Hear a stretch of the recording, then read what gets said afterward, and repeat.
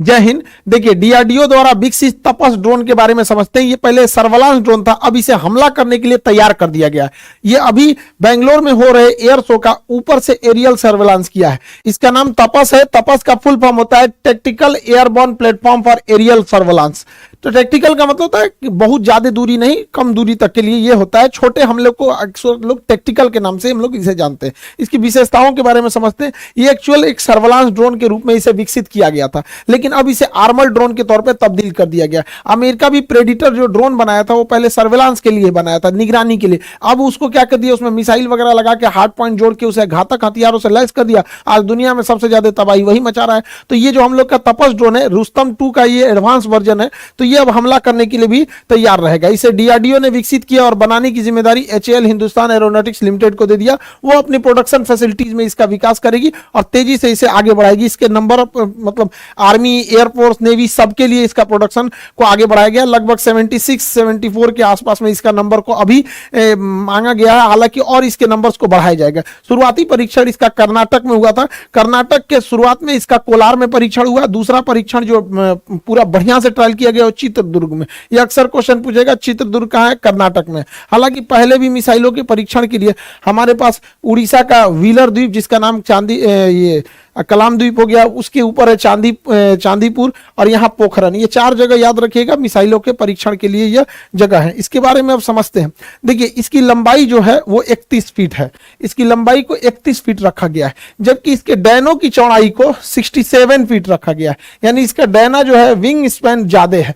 जितना ज्यादा wing span रहेगा वो हवा में उतना ज्यादा स्टेबल रहेगा। वो कोई भी चीज स्टेबिलिटी उसकी बढ़ जाती है। इसमें टर्बोप्रॉप टाइप के इंजन लगे गए हैं, जिसके फैन बाहर होते हैं। टर्बोप्रॉप इंजन के फैन क्या होगा? बाहर रहेंगे। इसमें 3 ब्लेड दिए गए हैं घूमने के लिए, जबकि तुर्की का जो TB2 ड्रोन था उसमें 2 ही विंग्स थे, 2 ही फैन है घूमने के लिए। इसमें 3 फैन है।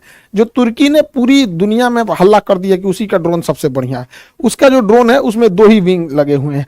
हम लोग का जो ड्रोन है उसका जो इंजन है वो ज्यादा पावरफुल है। वो 3 टर्बोप्रॉप ब्लेड है, उसमें 130 किलोवाट ये जनरेट करेगा, इतना इसका पावर है। जबकि तुर्की का जो TB2 ड्रोन था वो 75 किलोवाट ही जनरेट करता था। ये तुर्की का यही ड्रोन है जो अजरबैजान की लड़ाई में पूरी तरह से तख्ता पलट कर दिया था, या ये यूक्रेन की सेना का पूरा मदद किया था, यही TB2 ड्रोन।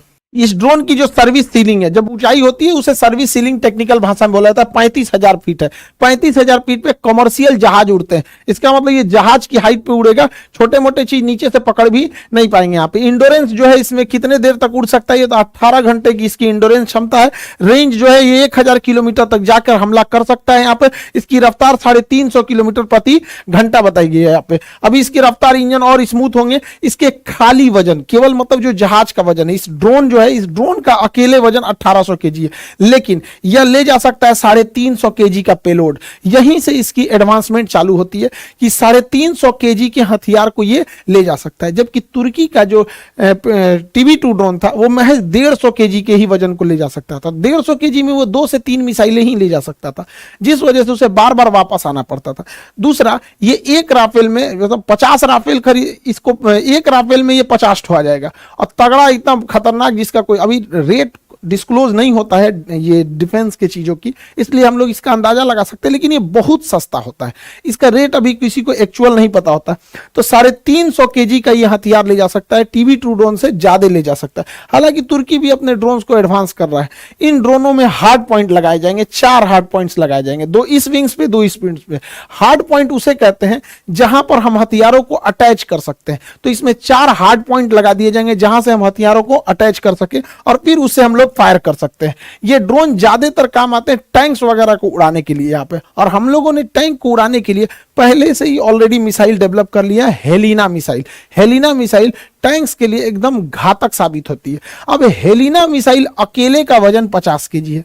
एक हेलिना मिसाइल का वजन 50 केजी है। तो अगर हम 7 ठो हेलिना मिसाइल लाद देते हैं तो 350 केजी टोटल वेट हो जाता है। और आपको पता है कि इसकी क्षमता ही जो है वो 350 केजी उठाने की है। यानी हम लोग एक साथ 7 हेलिना मिसाइल छोड़ सकते हैं, यानी वो करोड़ों का टैंक भेजो, हम यहां से ड्रोन भेजते रहेंगे। युद्ध नीतियां बदल चुकी हैं। यूक्रेन की लड़ाई और आर्मेनिया और अजरबैजान की लड़ाई ने यह साबित कर दिया कि अब जिनके पास ड्रोन टेक्नोलॉजी बेहतरीन है वही आगे निकलेगा। अब देखिए, ईरान जैसा छोटा देश जो डिफेंस के मामले में आत्मनिर्भर नहीं था, वह छोटा देश ईरान भी रूस को ड्रोन दे रहा है कि हमारे ड्रोन से आप यूक्रेन में मारिए। तुर्की जो भी हथियार के निर्यात में उतना नहीं प्रसिद्ध था, लेकिन उसने भी यूक्रेन को दिया मारने के लिए, और ये ड्रोन तख्ता पलट कर दिए, पूरी तरह से माहौल बदल दिए। ये ड्रोन बहुत सस्ते होते हैं, मेन लड़ाई इसी चीज की, बहुत सस्ते होते हैं। यहाँ पर ड्रोन में कोई पायलट नहीं बैठता, इसलिए ह्यूमन कैजुअलिटी का कोई बात नहीं होता है। तो ये आर्मर ड्रोन अब हो जाएगा, ये TB2 ड्रोन, और 7 मिसाइलों को ले जा सकता है। और टैंक का हाल ये हो जाता है, देख सकते हैं यहाँ पर। इसमें अलग तरह का नेविगेशन सिस्टम जोड़ा गया है।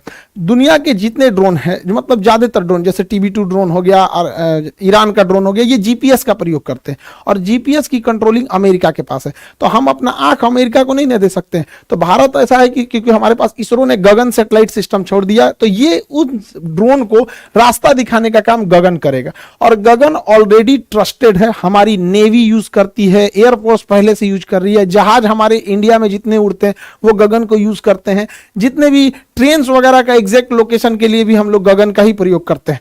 तो ये गगन सैटेलाइट हम लोग का है, तो हमारे इसके ऊपर कंट्रोल है, इससे इसका प्रयोग करना ज्यादा सही है। और ये पूरी तरह से भारत की निगरानी देता है। तो अब हम लोग कहीं पे भी हमला करने के लिए GPS पे डिपेंडेंट नहीं है, ये पूरी तरह से गगन ड्रोन सिस्टम से ऊपर का इसका एंटीना सिग्नल ले लेगा और कहां क्या चीज हो रहा है सब कुछ पता कर लेगा। इवन कि ये आपस में लिंक भी होते हैं। अगर कोई कमर्शियल जहाज जा रहा है, इसको कुछ दिखाई दिया तो ये गगन को बता देगा, वो बता देगा ड्रोन को यहाँ पे। तो इन आपस में इंटरचेंज होने से रियल टाइम डाटा इजी पता चल जाएगा कहां हमला करना है कहां नहीं। अब GPS में कोई डाटा मिल रहा है वो देर से मिलेगा। जैसे अगर किसी को बता दिया कि लखनऊ के ऊपर से एक जहाज जा रहा है, आधा घंटा बाद हम ये सूचना देंगे कि लखनऊ से जहाज जा रहा है, तो जहाज पता नहीं कहां जा चुका रहेगा आधा घंटा में। तो हमें जो भी जानकारी चाहिए रियल टाइम पे, अभी वो जहाज पिन पॉइंट कहां है। तो रियल टाइम डेटा के लिए हमारा गगन सिस्टम बहुत जरूरी है, और ये आपस में इंटीग्रेटेड है, सारी सिस्टम आपस में एक दूसरे से इंटीग्रेट है, जिससे हमें रियल टाइम डाटा लेने में इजी होगा। इसमें नेविगेशन सिस्टम में दुनिया का सबसे एडवांस नेविगेशन सिस्टम डाला गया है। यहाँ पे इसके कैमरे में बिल्कुल HD क्वालिटी को